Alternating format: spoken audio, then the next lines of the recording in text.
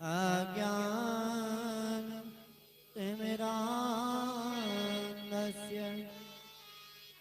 ज्ञानाञ्जनशलाकया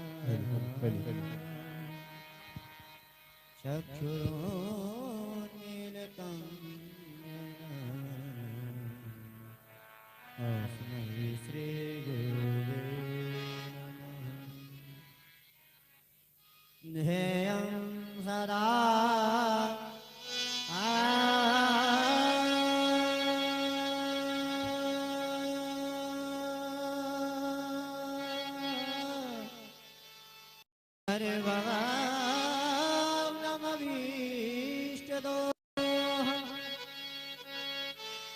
तीर्थास्पदं शिवविरञ्चनुतं शरण्यं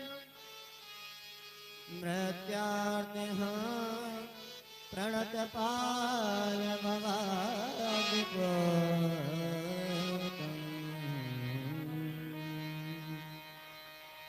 वन्दे महापुरुषते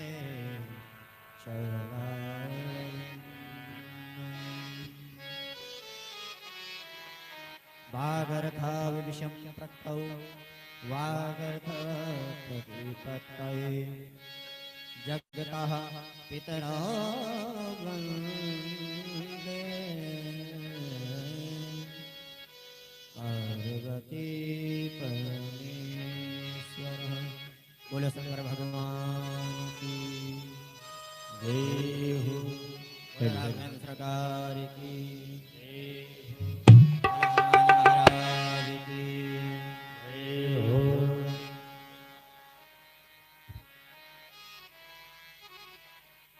अकारक करुणावरणालय श्री मधुसूदन गोपीजन वल्लभ राधा प्रियतम श्री कृष्णचंद्र महाराज के पावन चरणों में प्रणाम करते हुए मन तथा वाणी को पवित्र करने के हेतु भगवान की पावन ज्ञान गंगा में गोते लगाने के लिए हम और आप सब भगवान की भक्ति में सराबोर हों,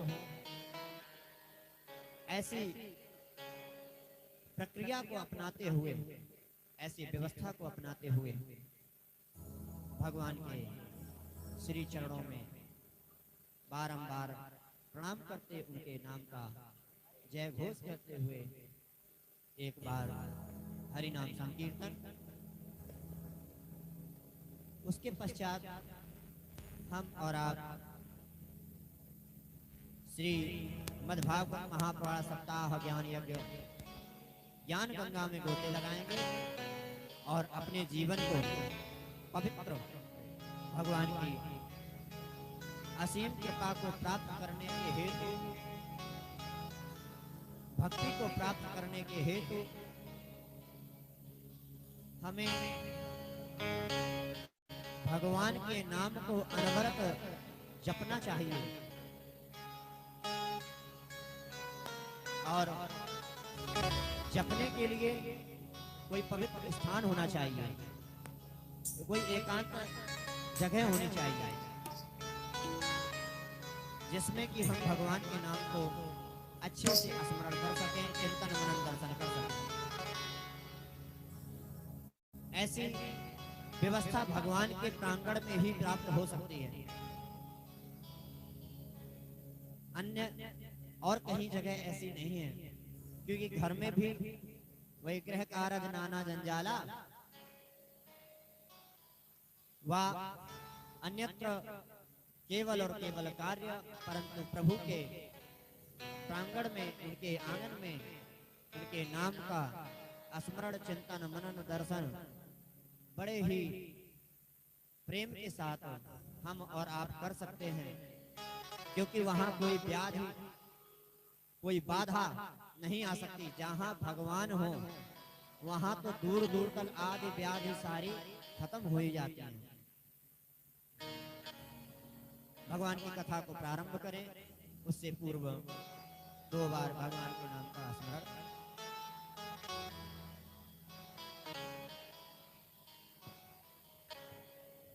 श्री राम जय राम, जय जय राम। श्री राम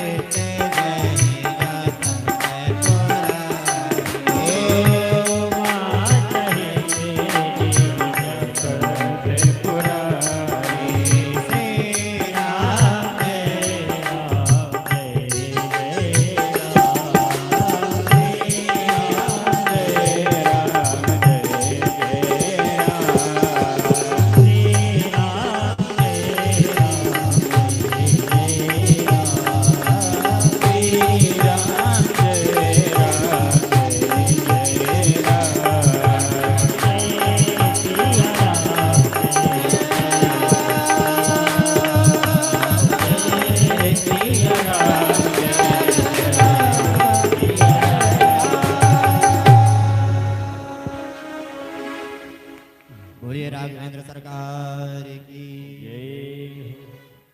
कल हमने और आप सबने श्रवण किया श्री पूज्य पाद प्रातः स्मरणीय गुरु भगवान के मुखार बिंद्र से कि कैसे भक्त प्रहलाद पर भगवान की कृपा हुई।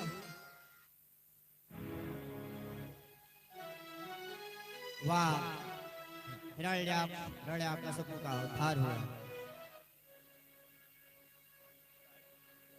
भगवान की भक्ति, भगवान पर श्रद्धा विश्वास इतना अगाध होना चाहिए, इतना अटूट होना चाहिए जैसे प्रहलाद का भगवान के ऊपर था। जिन्होंने चींटी खंभ पे, गर्म खंभ पे चढ़ी हुई देखी तो विश्वास हो गया कि जब यह चींटी गर्म खंभ पर इसका कुछ नहीं बिगड़ा तो वह नारायण मेरा क्या बिगाड़ने देगा। आप बस इतना विचार करिए कि प्रभु सब सौंप दिया इस जीवन का, अब भार तुम्हारे हाथों में। हे नारायण, हे जगदीश्वर, हे परमेश्वर, मैंने अपना समस्त जीवन आपके चरणों में समर्पित कर दिया है। अब आप अच्छा करें या बुरा करें मैं नहीं जानता।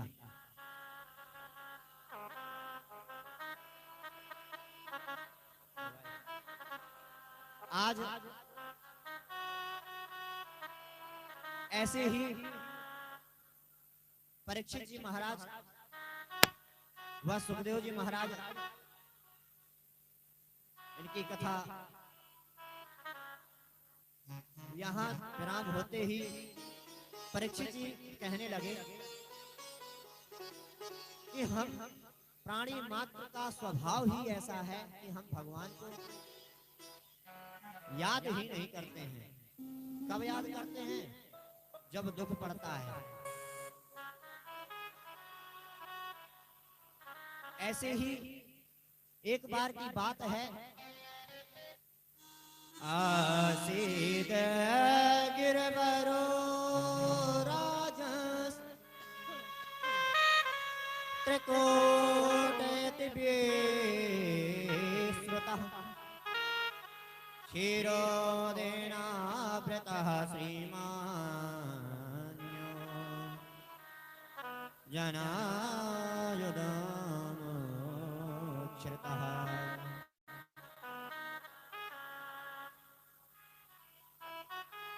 एक त्रिकूट नाम का पर्वत है जिसकी 3 शिखर हैं। तीनों अलग अलग धातु के शिखर, स्वर्ण का, रजत का, लोह का,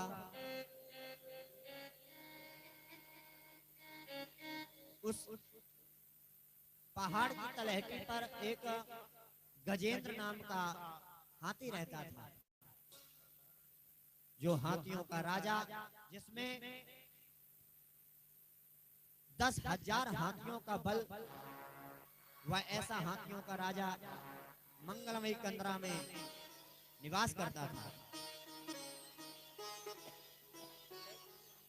उसकी 50 पत्नियां व उसके 150 बालक बच्चे। एक दिन की बात है कि वह अपनी पत्नी के साथ जलपान करने के हेतु वहीं पर एक जंगल में सुंदर तालाब था, जो नाना प्रकार के पुष्पों से सुशोभित हो रहा था, जिसमें कमल, कुमुदनियां हिलोल कर रही थी। नाना प्रकार के जलचर उसमें निवास करते थे। वहां वह गया और रास्ते में जो मिलते जाए, भैया राम राम, भैया नमस्ते, राधे राधे, सबसे बोलता हुआ अभिमान में कहता, तुम्हें किसी प्रकार का कोई कष्ट तो नहीं है? मेरे राज्य में अगर तुम्हें कोई सताए तो हमें बताना, मैं उसकी खैर खबर ले लूंगा। ऐसी बातें करता हुआ वह तालाब के सन्निकट पहुंचा। उसने जलपान किया, वह उसके परिवार ने जलपान किया। उसके मन में उत्कंठा हुई, थोड़ा स्नान कर लिया जाए। तो वह अपने परिवार सहित उस तालाब के अंदर चला गया और स्नान करने लगा। स्नान करते करते अब वहां पर वह खेल कूद करने लगा। उस तालाब में जो जलचर थे वो बड़े परेशान होने लगे कि भाई ये कहां से आ गया, ये तो भैया बड़ा परेशान किए है। वहां से छोटे मोटे जलचर आए और हाथ जोड़कर बोले, हाथी भैया अब आपने जलपान कर लिया हो तो आप निकल जाइए, हम लोगों को परेशानी हो रही है। क्यों? क्योंकि आप थलचर हैं और हम जलचर हैं। हम जल में रहने वाले जीव हैं, आप थल पे रहने वाले जीव हैं। वह अपने बल के अभिमान में वहां से हटने का नाम ही ना ले, उन्हें और परेशान करने लगा। तभी क्या हुआ कि एक मगरमच्छ ग्राह उसी में रहता था एक, वह आया और उसने धीरे से हाथी का पैर पकड़ लिया। हाथी स्नान करने में इतना व्यस्त था, इतना मग्न था, इतना आनंदित हो रहा था कि उसने सोचा चलो कोई होगा जीव अभी चला जाएगा, उसे क्या पता कि उसने किसका पैर पकड़ रखा है, मैं हाथियों का राजा हूं, ये उसको थोड़ी ना पता है। ऐसा विचार करके वह स्नान करता रहा और थोड़ी देर बाद उसने और उसके पैर पकड़ लिया। तो परीक्षित जी महाराज, अब हाथी के पैर में दर्द होने लगा, क्योंकि उसके पैर में ग्राह के दंत इतने मजबूत गड़ गए थे कि उसके रक्त का प्रवाह प्रारंभ हो गया और वह कमजोर होने लगा। आज हाथी को थोड़ी सी कमजोरी सी महसूस हुई तो उसने क्या किया, पैर हटाने की कोशिश की, अपना बल दिखाने की प्रयास किया। अब वो परिचय दिखाने लगा और उसने पैर छुड़ाने की कोशिश की, परंतु वह पैर नहीं छुड़ा पाया और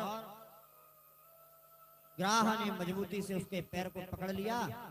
अब वह और कमजोर पड़ने लगा तो उसने अपनी पत्नियों को पास में खड़ी उनसे इशारा किया, अरे देवी जी, शायद कोई बड़ा जीव जंतु है जो मुझे पकड़ के तालाब के अंदर खींचे लिए जा रहा है, आओ हमारी सहायता करो। पत्नियां गईं, पत्नियों ने भी अपने सूंड से सूंड बिंधाई और उसे खींचने का प्रयास किया, परंतु पत्नियों का प्रयास फलीभूत नहीं हुआ।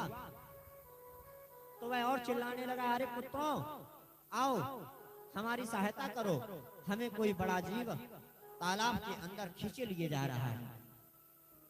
बच्चों ने भी प्रयास किया, पत्नियों ने भी प्रयास किया, परंतु ग्राह, आज वह ग्राह गजेंद्र को तालाब में अंदर लिए चला जा रहा है। बड़ा विफल हो गया, रोने लगा। क्यों? क्योंकि वह अंदर जा रहा है। और उसी समय क्या हुआ, पत्नियों ने और पुत्रों ने उनका हाथ छोड़ दिया, बोले पिताजी अब आप तो गोविंदाय नमो नमः हो जा ही रहे, हमें बख्श दो, प्रणाम। दूर दूर से प्रणाम करके पत्नी और पुत्र चले गए। वहीं किसी कवि की लेखनी उठी और उन्होंने क्या लिखा, सुन रहीम संपत्ति सगे बनत बहुत बहुरी,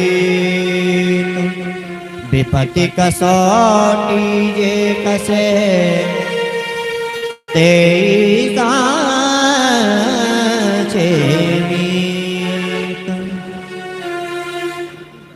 आज गजेंद्र को उसके सगे पुत्र, उसकी पत्नियां छोड़कर जाने लगे।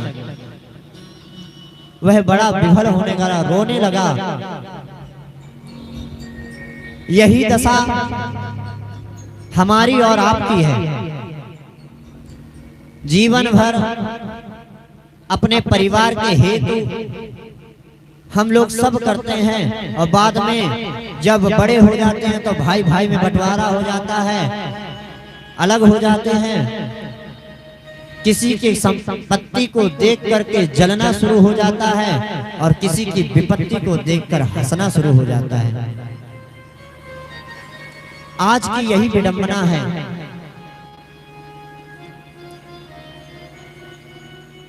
आज तुलसीदास महाराज कहते हैं, तुलसी कुसुमय के परे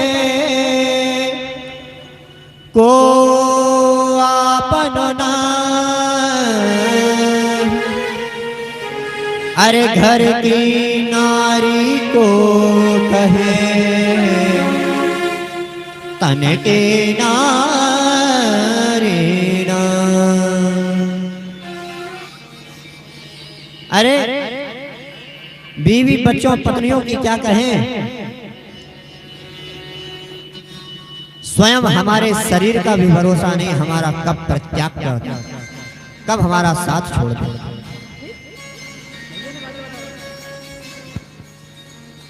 आज वह बड़ा रोने लगा, उसको दुख आया और उसने अपना पूरा बल लगा दिया।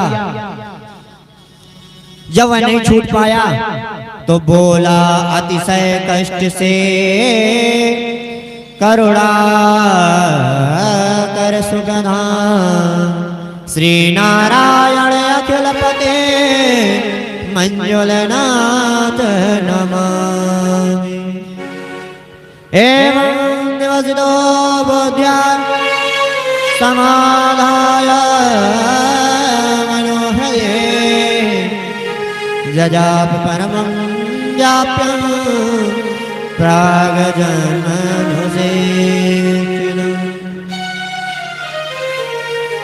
आज वह करुण पुकार करता हुआ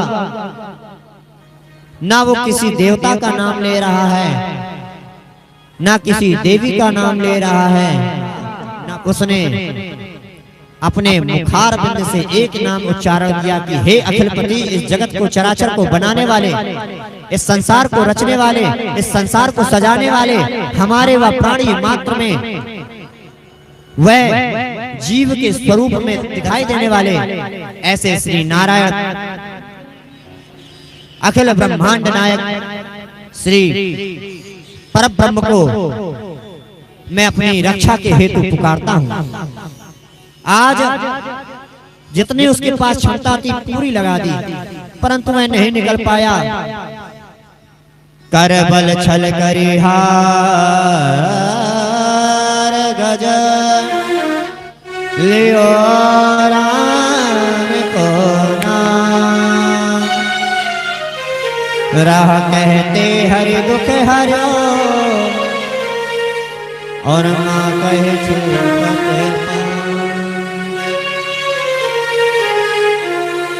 आज वह भगवान के नाम को पुकार रहा है और चिल्लाने लगा तो भोले बाबा विचार कर रहे थे हमें बुलाएंगे, देवी मैया विचार कर रहे थे हमें बुलाएंगे। यहाँ गरुड़ तैयार हो गया, गरुड़ को आज्ञा दी भगवान ने कि चलो गरुड़ तैयार हो, हमें किसको बचाने चलना है? बोले हमें ग्राह को बचाने चलना है। आज भगवान गज और ग्राह को मुक्ति के हेतु जाओ, गरुड़ से कहते, गरुड़ को अभिमान आ गया कि आहा प्रभु मेरे बिना तो कहीं जा ही नहीं सकते। जो गरुड़ को अभिमान आया तो भगवान ने कहा ठीक है। भगवान ने अपनी एक अंगुल कनिष्ठिका रखी और गरुड़ से कहा चलो। गरुड़ बोले प्रभु काहे मजाक कर रहे, बैठ जाओ। बोले नहीं उड़ो आप।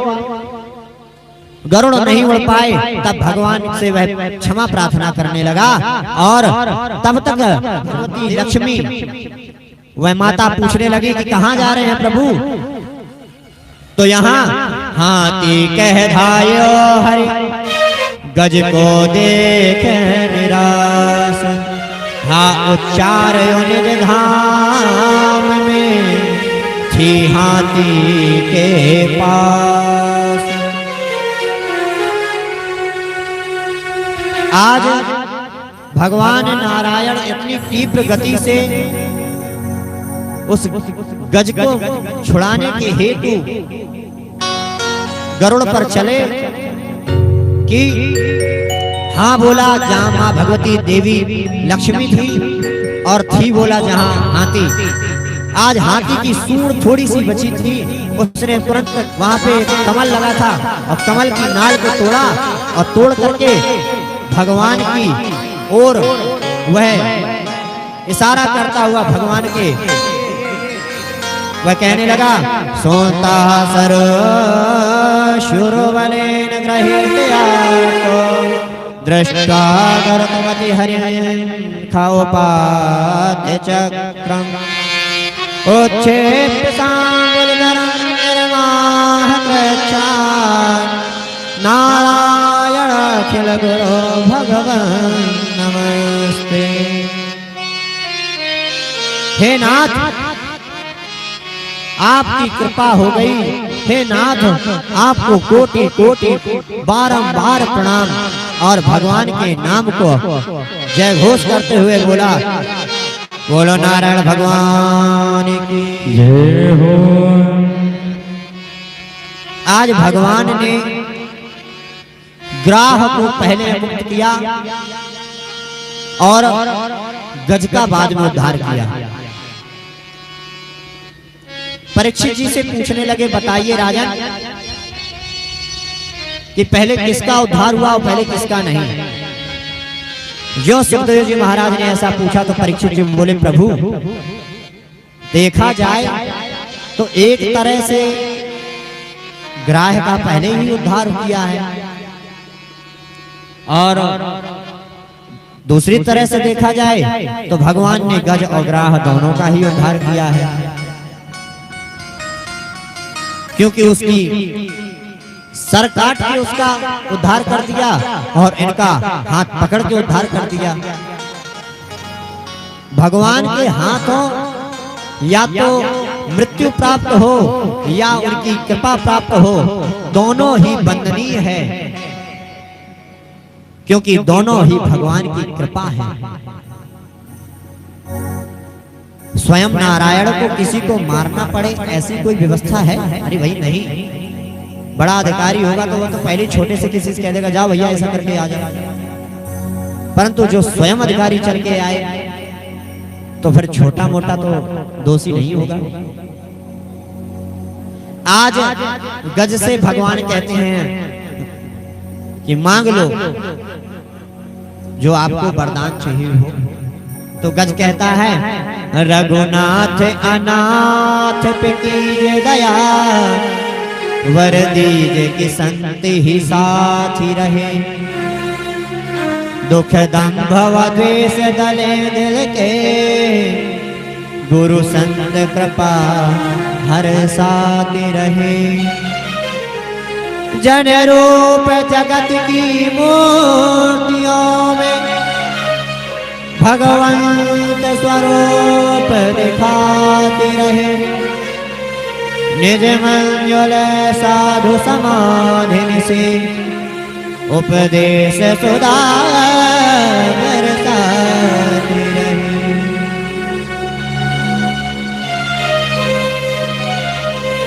आज गजेंद्र कहता है कि प्रभु बस आपकी कृपा बनी रहे, संतों की कृपा बनी रहे, गुरुओं की कृपा बनी रहे और मुझे कुछ नहीं चाहिए। संतों की कृपा से, गुरुओं की कृपा से संसार का कोई भी जीव क्यों ना हो उसका उद्धार हो जाता है। अगर संत और गुरु की कृपा नहीं हुई तो हम कितने भी भगवान के सामने अपना सर्वस्व क्यों ना न्यौछावर कर दें, उनकी कृपा प्राप्त नहीं हो सकती।